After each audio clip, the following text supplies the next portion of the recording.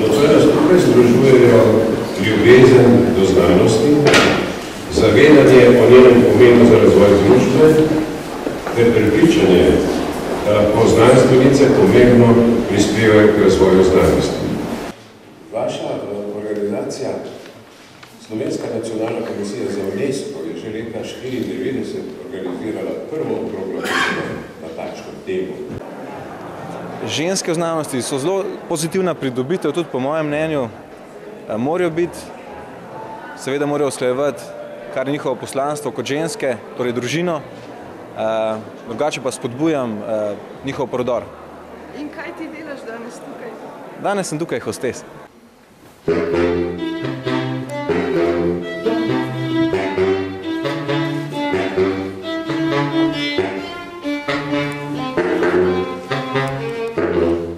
V veliko veselje mi je, da danes podelujemo prvi štipendije tudi Slovenkam.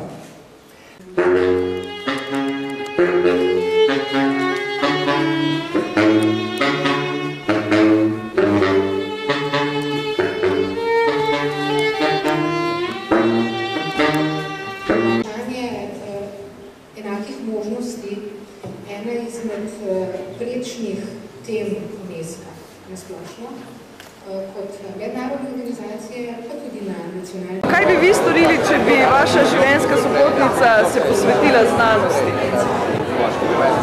Kako bi jo pri tem podpirali, kako gledate na to? Mislim, da je to vprašanje, ki ga nobenemu odkritemu moškemu ne smete postavljati. Ali se bo zlagal, ali bo postal pa nepopularno.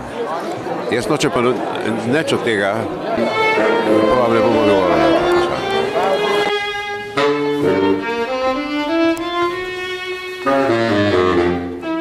Prvo vprašanje, kako gledate na ženske v znanosti in kakšna je mogoče znanstvena definicija žensk v znanosti in moških v znanosti? Jaz mislim, da je za žensko v znanosti res, napram moškemu v znanosti, čisto drugačen pristop imamo k stvarem, tako da v bistvu sta potrebna oba, zato ker ima vsak prav spolno specifičen pristop k problemom. Ženske čisto na svoj način pristopamo, moški na povsem svojega. To je ena v bistvu od pogojev, da znanost uspeva, je, da sta oba enako vključena.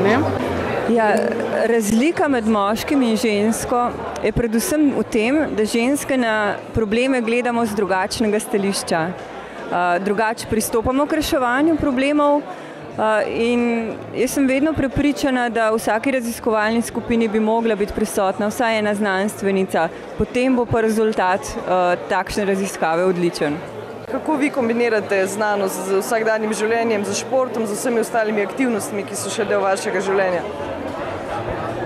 Ja, tako nekako, da v bistvu recimo televizije ne gledam, na internetu spremljam samo stvari, ki se tičejo mojega področja znanosti, športam pa redno, drugače vse to z drugo ne bi zmogla.